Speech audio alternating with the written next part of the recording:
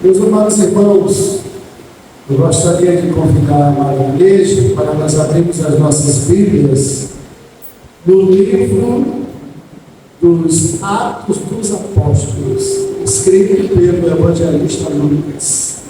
Livro do Atos dos Apóstolos, no capítulo 3.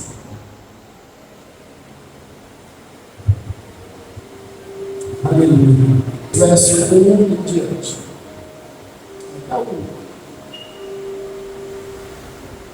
Então, versículo 10. Pedro e João subiam juntos ao templo, a hora da oração, que era a hora nona.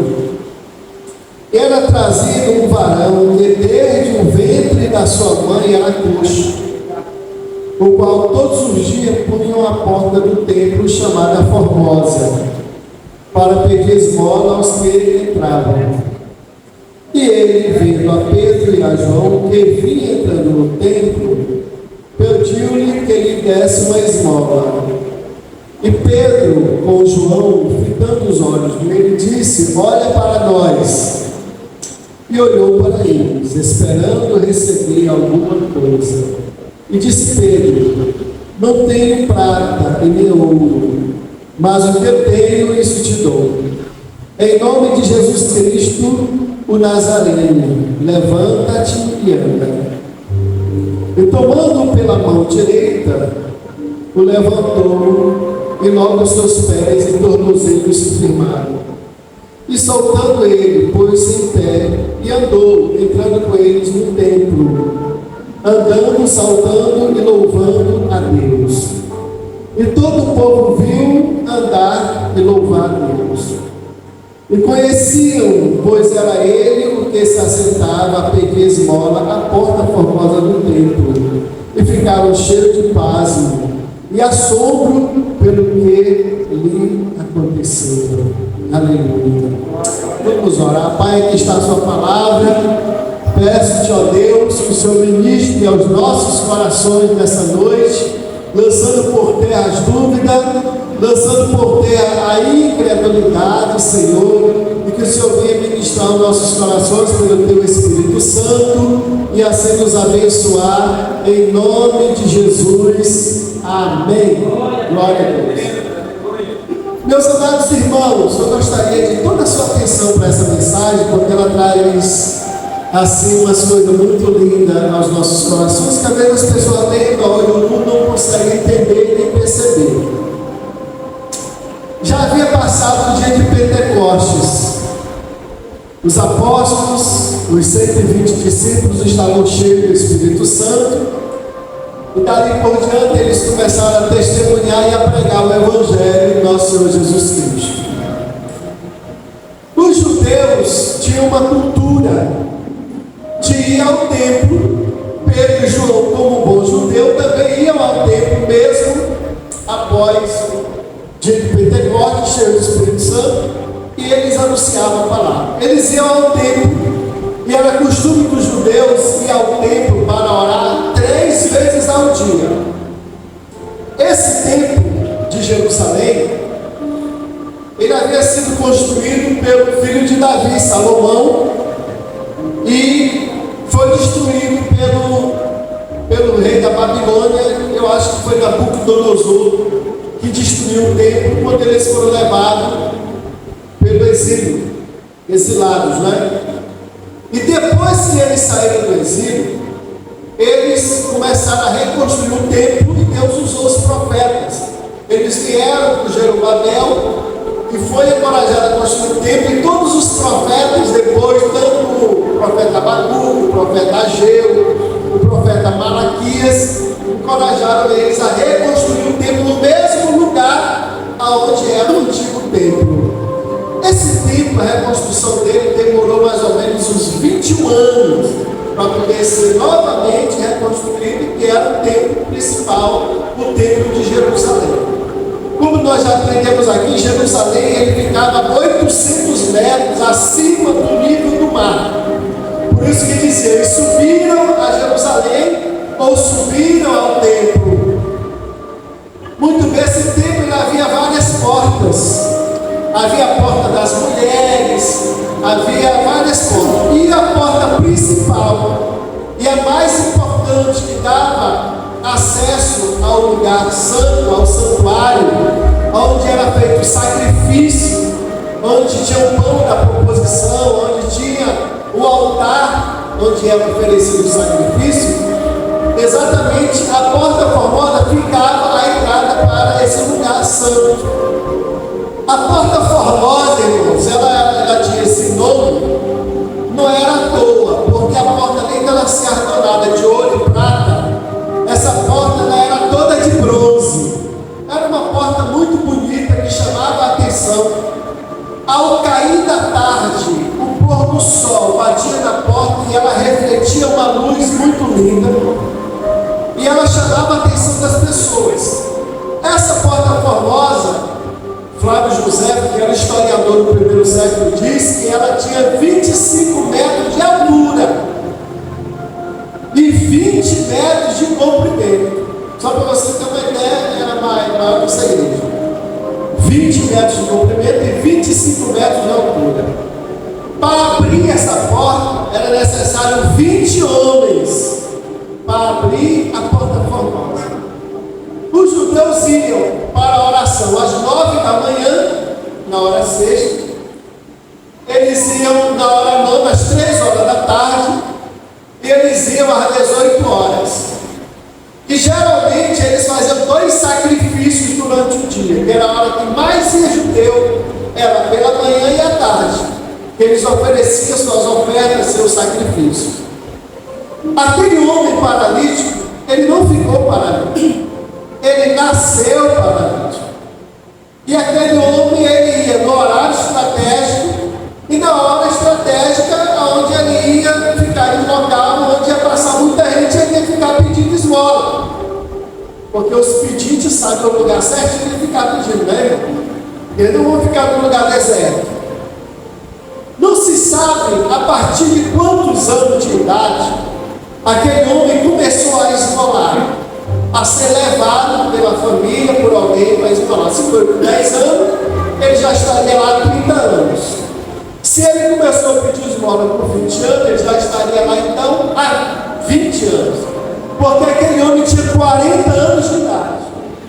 Ele nasceu aleijado, ia para ali, ficava pedindo esmola. E aquele homem, irmãos, nunca tinha entrado no templo. Durante esses 40 anos de vida, ele nunca tinha entrado no templo, porque não era permitido alguém coxo, aleijado, defeituoso, entrar no templo, porque havia a lei de Moisés que dizia isso. E os judeus, eles eram muito criteriosos. Irmãos, quem ia àquele templo há 10 anos, há 15 anos, há 20 anos, há 40 anos, conhecia quem era aquele homem aleijado, seu não? Porque o homem está lá há anos ali. Então todo mundo conhecia. Aí lá está aquele homem. Quantas vezes Pedro, Tiago, João, Jesus passou por aquele homem? Várias vezes. Várias vezes Jesus passou ali. Várias vezes esses mesmos discípulos passaram ali. 20 metros. Né? E aquele homem estava lá esmolando durante todo esse tempo. Mas aquele homem não tinha ainda recebido o milagre dele. E nem ele estava à procura de milagre. Ele não pediu cura, ele não pediu nada.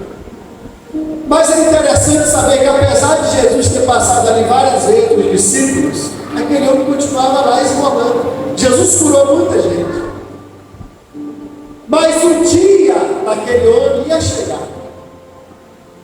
Porque Deus tem um dia para cada milagre, para cada cura, para cada resposta daqueles que clamam a Ele. Amém, irmãos? E lá está o templo, lá está a porta formosa, muito linda, porta de bronze, muito respeitada, a porta onde se entrava para o santuário, e lá estava aquele homem. Aí de repente, depois do Pentecostes, passaram-se alguns dias, Pedro e João resolveram ir orar no templo. A importância de manter o hábito da oração nós aprendemos aqui. Eles andaram com Jesus, foram chamados por Jesus, foram batizados com o Espírito Santo, mas ainda assim eles viam a necessidade de estar no templo em oração. Porque a oração é que sustenta o cristão. A oração é que nos aproxima de Deus. O negócio é que muito cristão vai perdendo esse hábito da oração, de agradecer por uma refeição, de orar e agradecer pelo dia ao deitar, ao levantar. E isso vai fazendo com que as pessoas vão se afastando de Deus, vão se afastando do Senhor. Mas eles estavam lá.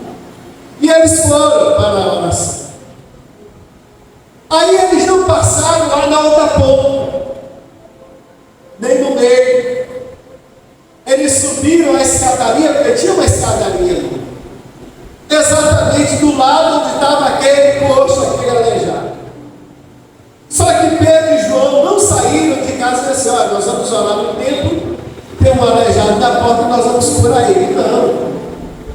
Aqueles homens, eles eram usados por Deus porque havia um dom de cura sobre eles. O Espírito do Senhor estava sobre eles. E Deus usa quem quer e na hora que Ele quer.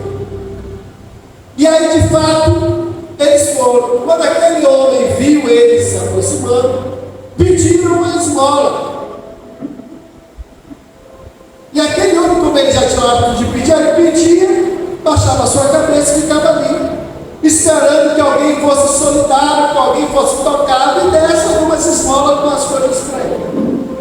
Pedro e João eram pescadores, não eram homens ricos, homens prósperos, né? Na teologia pregada da prosperidade, na mídia, Pedro e João eram fracassados, eram derrotados, porque não tinha nada. Mas eles tinham a maior riqueza da vida deles, que é o que falta na vida de muita pessoa. Tem gente que é tão pobre, irmãos, que a única coisa que tem é dinheiro, mas não tem paz, não tem alegria, não tem descanso, não tem amor, não tem felicidade na sua vida, tem um coração cheio de insatisfação, não é? Não consegue ser feliz. E a Bíblia diz que aqueles homens foram subir aquela escadaria e chegando ali, paralítico estava lá meditando, pediu uma esmola.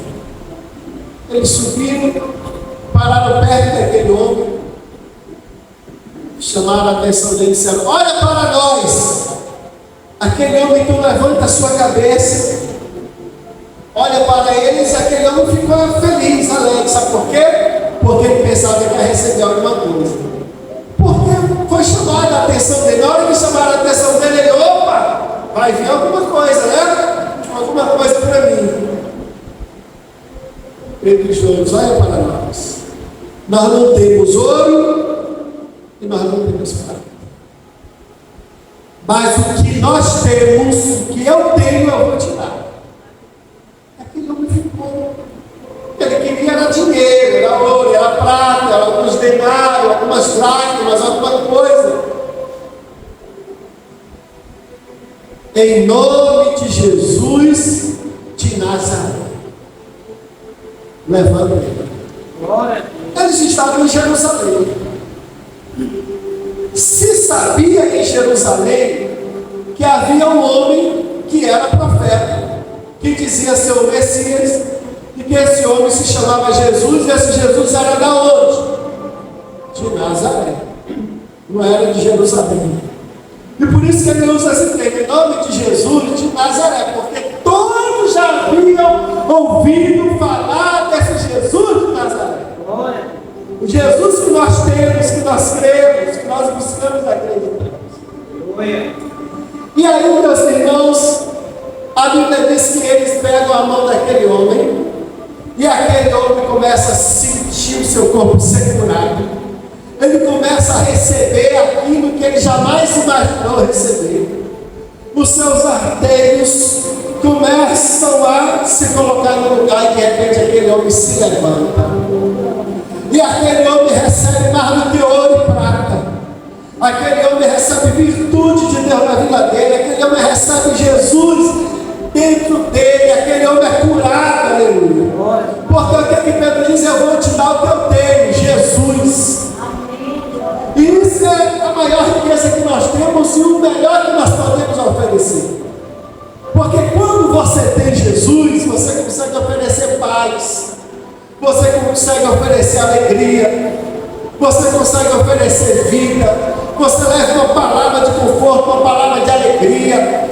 É difícil a gente compreender que alguém que seja crente em Jesus, tenha Jesus, viva o tempo todo murmurando, viva o tempo todo brigando, viva o tempo todo insatisfeito com a vida, com o mundo e com tudo. Parece até que foi batizado no vinagre, o tempo todo um cara feio, um cara ruim. É difícil entender alguém que tem Jesus, que tem o Espírito Santo, ser uma pessoa totalmente avessa àquilo que Jesus é. Jesus disse que Ele é a paz. E alguém que tem Jesus consegue ter paz na sua vida. Alguém que tem Jesus tem alegria.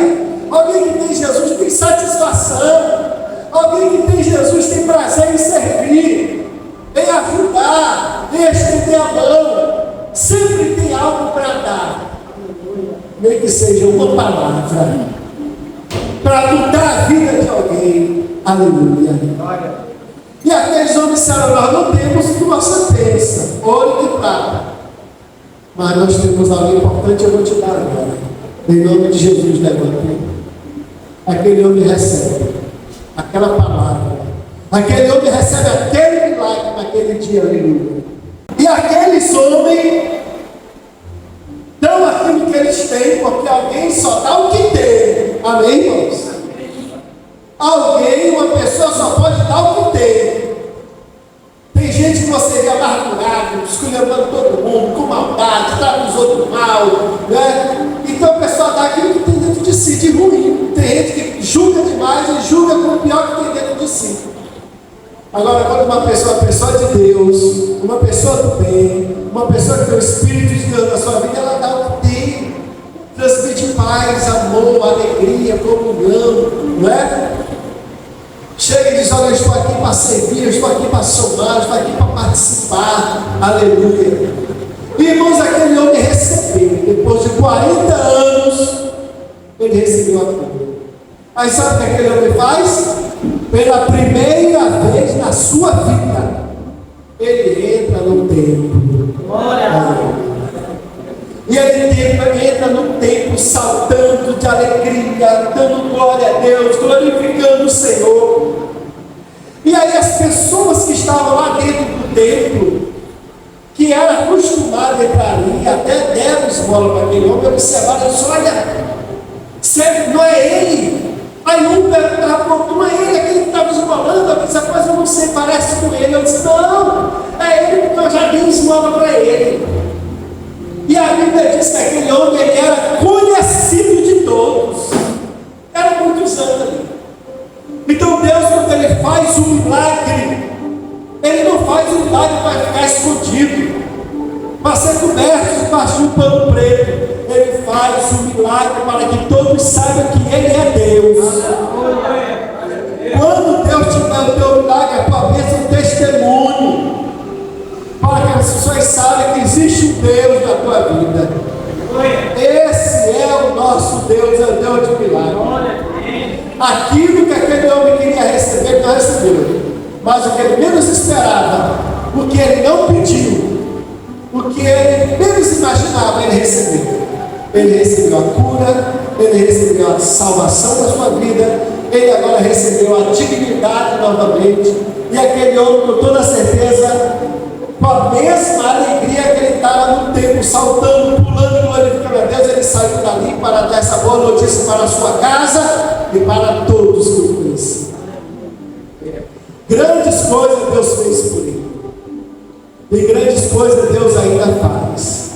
Hoje, nós vivemos um evangelho que muitas das vezes envergonha o evangelho da Bíblia.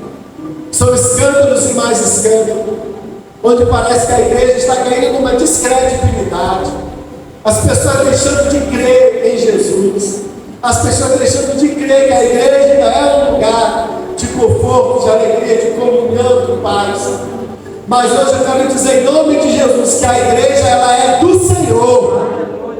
Ele diz aos Efésios que aquele que começou a boa obra há de concluir. A obra que Deus começou a fazer na sua igreja nessa terra, Ele vai completar. Porque a igreja não é de homem, não é de sistema, a igreja é do Senhor. Existe um Deus que está nesse lugar. Existe um Deus que nos ama. Jesus é o nosso Senhor. E nós, como igreja, como homens e mulheres de Deus, será que nós podemos chamar a atenção das pessoas e dizer também, olhem para nós. Eu tenho algo para te oferecer. Esse algo é Jesus. Aleluia. O Jesus que cura, o Jesus que liberta, o Jesus que transforma, o Jesus que transmite paz ao coração, alegria ao coração. Esse Jesus eu tenho na minha vida. Aleluia. Irmãos, esse é o maior tesouro. Esse é a nossa maior riqueza que nós podemos ter. É Jesus. Você pode não ter ouro, você pode não ter prata, você pode não ter muita coisa, mas você tem uma riqueza extraordinária na sua vida, que é Jesus. Jesus é o Rei dos Reis, é o Senhor dos Senhores. Então nós vamos orar nesse momento. E você vai apresentar a Deus o que você quer que Ele faça na tua vida. Se é na tua casa, se é na tua família. Né? E o Senhor está dizendo nessa noite para nós. Jesus, quando Ele escolheu os 12, e depois dos 70, Ele mandava de 2 em 2, não é? Quando subiram ao templo, 2. A Bíblia diz que é melhor serem 2 do que? Nós não vamos andar juntos se não houver acordo. Não vamos. E uma família, para ser feliz, o casal tem que andar juntos. Tem que haver acordo. E tem que ter uma outra pessoa fazendo parte desse cordão de 3 voltas. Quem é? É Jesus. Quando nós abrimos a porta da nossa casa, da nossa família, do nosso relacionamento para Jesus entrar, aí, irmãos, tudo se torna mais fácil, a gente se torna mais forte, a gente começa a vencer. Mas essa comunhão, irmãos, ela começa no namoro. Se um casal não houver acordo, não caminhar junto, não se respeitar, não ceder no namoro, não adianta ir para o noivado no casamento. Porque tudo começa no namoro. Um casamento bem sucedido se começa no namoro. Deus trabalha com sinais. E eu sempre preguei isso, desde quando eu entendi como gente. Se Deus está mostrando sinais, fica atento e atenta aos sinais. Amém? Por que muitos relacionamentos não dão certo? Por causa do machismo. Não, eu acho que tem que ser do meu jeito. Eu quero que seja do meu jeito. Tem que ser assim.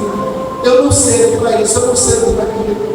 E aí a pessoa vai desconstruindo seu próprio futuro, sua própria vida, aquilo que Deus tem de melhor para a sua vida. Assim é o começo. Não tem que ser como eu quero, tem que ser como Deus quer. Amém? Se Deus quisesse curar aquele homem antes, Ele já tinha curado, porque Jesus passou ali. Os apóstolos passaram ali. Quantos milagres Jesus fez em Jerusalém? Mas glória a Deus, naquele dia, naquela hora, na agenda dele, na programação dele, e que nem os discípulos sabiam, eles foram impulsionados ali pelo Espírito Santo. Isso é ser guiado pelo Espírito Santo. Naquela hora, Deus impulsionou o coração deles e disse: entrega para eles agora. Para ele o que você tem. Aleluia. Isso é importante. Olha para nós. Para as pessoas possam ver o brilho, a luz de Deus sobre nossas vidas, sobre nossas ações, sobre os nossos procedimentos, sobre a nossa caminhada. As pessoas possam ver Jesus. Amém? Diga glória a Deus. Vamos a nossa oração. Senhor nosso Deus e nosso Pai. Aqui está o teu povo, aqui está a tua igreja. E nessa noite, Pai, nós queremos receber dentro do nosso coração aquilo que é de mais importante, de maior riqueza, que é o teu Espírito Santo. O teu Espírito Santo cura, o teu Espírito Santo liberta, o teu Espírito Santo transforma, o teu Espírito Santo sara, o teu Espírito Santo liberta. E Deus, nós recebemos Jesus como o único e suficiente Salvador em nossa vida.